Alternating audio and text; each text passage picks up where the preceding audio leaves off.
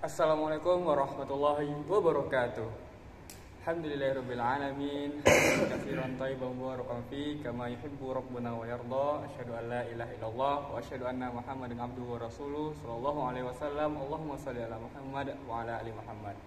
Baik pemirsa penonton channel setia HRKU Yayasan HRTI. Kembali lagi bersama kita dalam kajian atau sharing ilmu dalam setiap minggunya. Kali ini mungkin ada yang berbeda dari kajian-kajian sebelumnya, sharing ilmu sebelumnya, karena kita berdua, yang mana sebelumnya cuma sendiri aja sendiri aja. Ya. Jadi kita coba metode baru, mudah-mudahan ini lebih tidak monoton ya Ustaz. Semoga saja. Semoga saja. Ya. Kita lagi berdua ya, mungkin perkenalan dulu ya. Kita kedatangan kali ini narasumber utama kita yaitu Ustadz Muhammad Iman Amini SIK SAG ya, dari alumni Teknik Sumbar. Gimana Ustadz kabarnya Ustadz? Alhamdulillah baik-baik saja dan ya masih menikmati Syawal ya Ustadz ya. Menikmati Syawal. Ya. Gak kerasa ya Ustadz, Ramadan udah berlalu ya Ustadz ya. Iya, udah. Gimana Ustadz Ramadannya? Aman? Alhamdulillah ya, kita bisa mengusahakan, istilahnya kita tawakalkan kepada Allah Ustaz. Iya, siap. Tapi Ustaz kayak apa ya? Banyak yang bertanya mungkin termasuk diri anak sendiri Ustaz. Kayak setelah Ramadan ini mau ngapain lagi sih gitu kan? Kita kayak kemarin udah jor-joran Ramadan udah habis-habisan gitu kan beribadah. Terus sekarang udah datang di bulan Syawal nih. Terus kita mau ngapain lagi? Kira-kira dari Ustaz gimana Ustaz? Nah ini mungkin yang akan menarik juga kalau kita bahas Ustaz ya. Gitu. Karena memang kebetulan nih yang anak pribadi itu kemarin kan ketika kesempatan ceramahnya nih, kesempatan berbagi di video-video singkat bersama HRTI membahas hal-hal yang berkaitan dengan bekal-bekal yang harus kita miliki selama menempuh bulan Ramadan. Nah sekarang ternyata kita sudah mengakhiri bulan Ramadan dan bersiap untuk menempuh bulan-bulan selanjutnya. Nah jadi pas banget ya. Pas kebetulan sekali. Mungkin insya Allah untuk khusus pembahasan anak pribadi ini jadi closing, mungkin pembahasan closing. Ya. Karena sebelumnya pas Ramadan kemarin Ustaz bahasnya tentang kiat Ramadan ya. Iya, Ramadan. Jadi sekarang kita bakal bahas tentang seputar pasca Ramadan lah ya. Iya, pasca Ramadan. Yang menjadikan istilahnya ini pembahasan terakhir terkait dengan Ramadan sebelum nantinya mudah-mudahan di setiap pekannya kalau kita Allah izinkan untuk membuat video-video seterusnya di channel HRKU ini kita siap untuk membahas hal-hal lainnya setelah benar-benar melepaskan diri dari bulan Ramadan gitu ya saya. Jadi sedikit Ustaz, mungkin yang Ana ingin cerita juga sharing sama Ustadz dan juga teman-teman sekalian itu terkait dengan bagaimana para salafus saleh. Mungkin sebelum pada video-video sebelumnya juga pernah Anda sampaikan Ustaz, kalau memang ternyata para salafus saleh terdahulu itu hari-hari mereka walaupun di luar bulan Ramadan itu benar-benar diisi dengan atau hanya seputar bulan Ramadan saja gitu. Ketika mereka hendak memasuki bulan Ramadan mereka berdoa 6 bulan sebelum bulan Ramadan, dan setelah bulan Ramadan berlalu dari bulan Syawal hingga ke bulan-bulan seterusnya mereka menghabiskan waktu mereka untuk berdoa kepada Allah agar amalan-amalan mereka selama bulan Ramadan itu diterima. Nah perlu kita ingat kembali coba Ustaz, mengapa kira-kira para salafus salih itu selalu berdoa dan begitu mereka menggiatkan doa mereka setelah bulan-bulan Ramadan ini kepada Allah agar mereka meminta kepada Allah ibadah mereka selama bulan Ramadan itu diterima. Karena satu hal yang perlu kita pahami dalam konsep agama kita itu tidak semua amalan itu kan langsung diterima ya Ustaz ya. Iya benar. Kita melakukan satu amalan baik itu perlu kita perhatikan segi keikhlasannya, segi niatnya dan lain sebagainya benar-benar harus kita pastikan sempurna sehingga akhirnya nantinya amalan itu bisa diterima karena Allah itu maha baik dan tidak menerima kecuali yang baik-baik juga. Maka satu amalan itu ketika kita melakukan satu amalan maka harus dipastikan kualitas ibadah kita itu. Dan belum tentu ibadah yang kita lakukan itu otomatis diterima Allah Subhanahu wa taala. Sedangkan ketika kita melakukan keburukan maka itu pasti dicatat oleh keburukan si Allah Subhanahu wa taala. Maka di situ kita pahami, jangan ketika kita merasa kita sudah melakukan banyak ibadah pada bulan Ramadan atau kita bahkan mengklaim di antara kita sudah mendapatkan malam Lailatul Qadar gitu kan. Nah, Nah, itu tentunya bisa jadi kita bertemu dengan malam Lailatul Qadar itu, tapi kan kita tidak tahu entah diterima amalan kita ketika bulan Ramadan, ketika Lailatul Qadar atau tidak. Wallahu a'lam. Maka di situ kita memintakan kepada Allah, kita menggiatkan bahwa kita perlu menyadari sekali lagi bahwa tidak semua amalan itu serta-merta akan diterima. Maka perlu kita menggiatkan doa kepada Allah, kita bersungguh-sungguh untuk ketika kedepannya setelah bulan Ramadan ini, itu ketika melakukan suatu amalan itu benar-benar harus memperhatikan kualitas dari ibadah kita itu sendiri.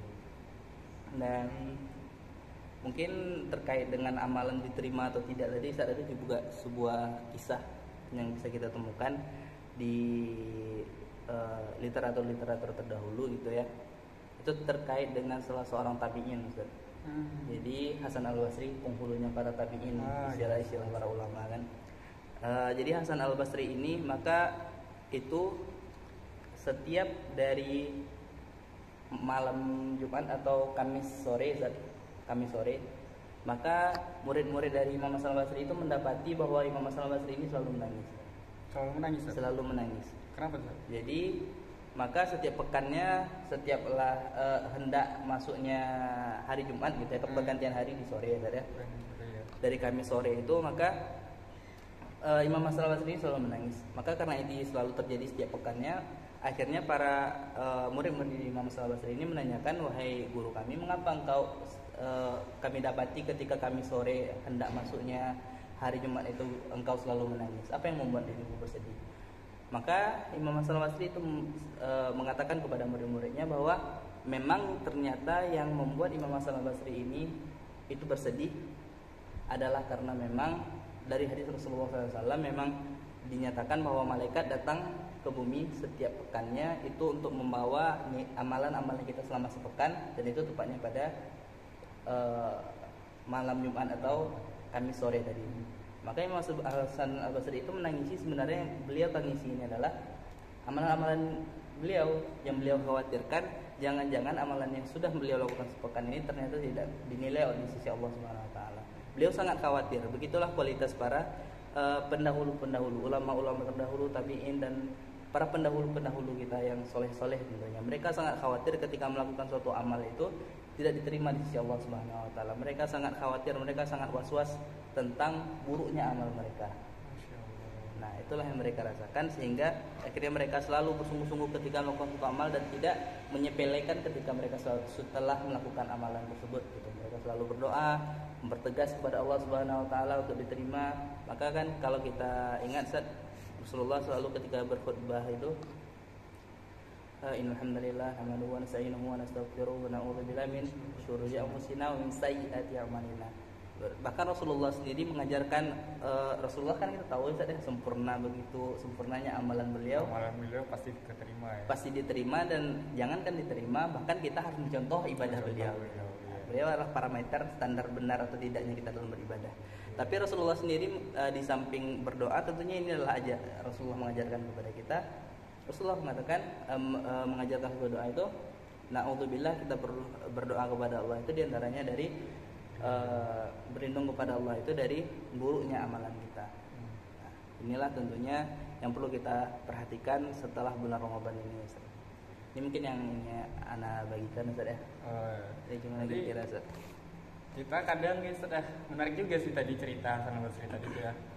Apalagi itu seorang Hasan Al-Basri ya, dan juga cerita dari kisah Rasulullah yang setiap berkhutbah harus di beberapa kesempatan Rasulullah berkhutbah. Itu minta perlindungan dari amal-amal yang buruk gitu kan, Ustaz.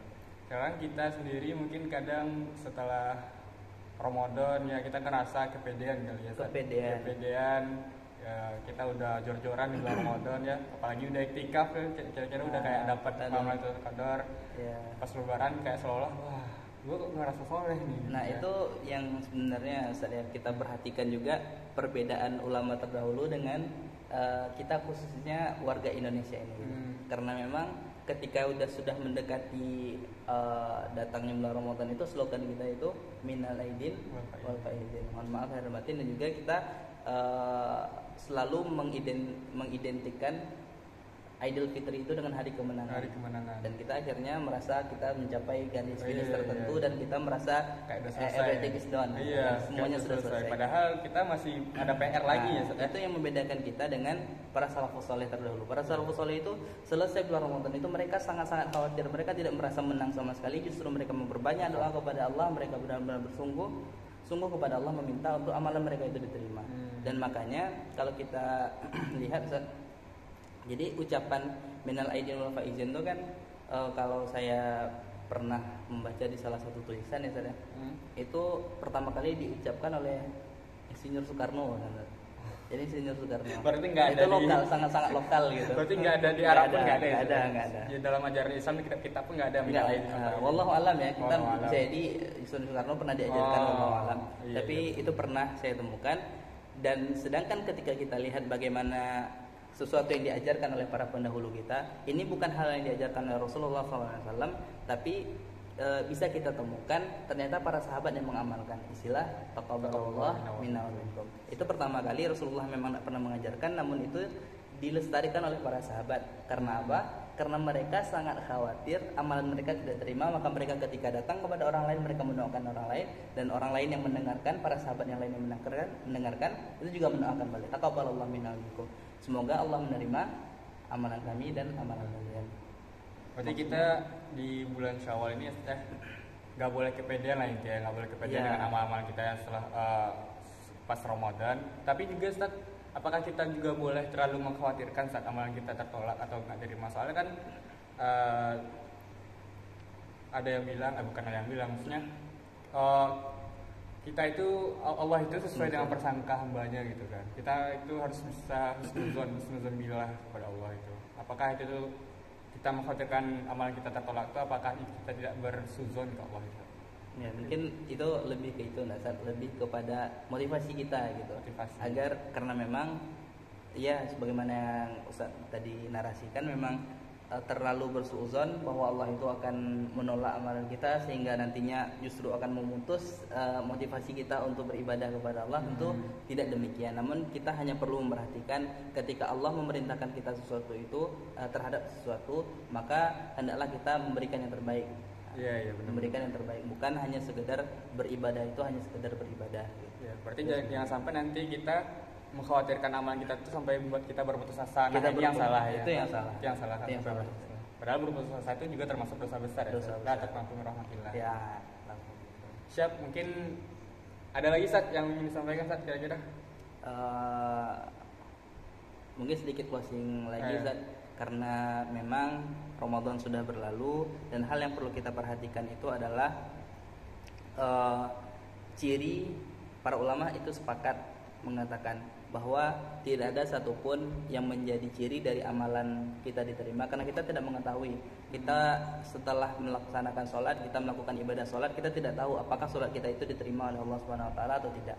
Kita mungkin telah melakukan tilawah Al-Quran, tapi kita tidak mengetahui apakah amalan yang barusan kita lakukan itu diterima oleh Allah Subhanahu Wa Taala atau tidak. Maka ciri yang pasti dikatakan oleh para ulama, disepakati oleh para ulama, suatu amalan itu diterima oleh Allah Subhanahu Wa Taala sebagaimana yang dikatakan oleh para ulama itu adalah adanya keinginan untuk melakukan ibadah tersebut secara berkesinambungan. Kalau kita memang sudah melakukan atau mengkhatamkan Al-Quran selama bulan Ramadan kemarin, maka pastikan kita menjadi orang yang sama untuk bersiap melakukan tilawah Al-Quran pada bulan-bulan lainnya. Ketika mungkin kita sudah bisa memaksimalkan sholat tarawih pada malam hari, jangan ketika di luar bulan sholat di luar bulan Ramadan itu sholat malam kita tinggalkan. Kita bisa bangun ketika waktu sahur datang. Jangan sampai waktu sahur menjelang datangnya waktu subuh itu kita tidak bangun untuk melaksanakan qiyamul lail ataupun sahur untuk puasa-puasa sunnah. Ketika kita bisa melakukan 30 hari secara konsisten puasa Ramadan, maka jangan sampai puasa-puasa di hari-hari yang kecil-kecil seperti ya 1 hari, 2 hari, 2 kali dalam sepekan, 3 kali dalam sebulan. Puasa-puasa sunnah itu terlalai oleh kita, karena ciri amalan diterima oleh Allah Subhanahu Wa Taala itu adalah adanya keinginan untuk melakukan ibadah tersebut secara terus menerus. Nah, ini tentunya yang perlu kita perhatikan. Itu mungkin sebagai penutup. Terima kasih Ustaz. Jadi perjuangan amal-amalan kita tuh nggak berhenti sampai Ramadan saja teman-teman. Ya, jadi intinya tetap istiqomah. Apapun yang kita lakukan selama Ramadan, usahakan setelah Ramadan kita lakukan juga. Gitu. Semoga kita semua dapat menjaga amalan-amalan kita, menjaga niat kita, menjaga hati kita agar selalu beribadah karena Allah Ta'ala. Ya, begitu teman-teman. Banyak maaf dari kami. Barakallahu fikum. Wassalamualaikum warahmatullahi wabarakatuh. Terima kasih Ustaz. Ya, sama-sama.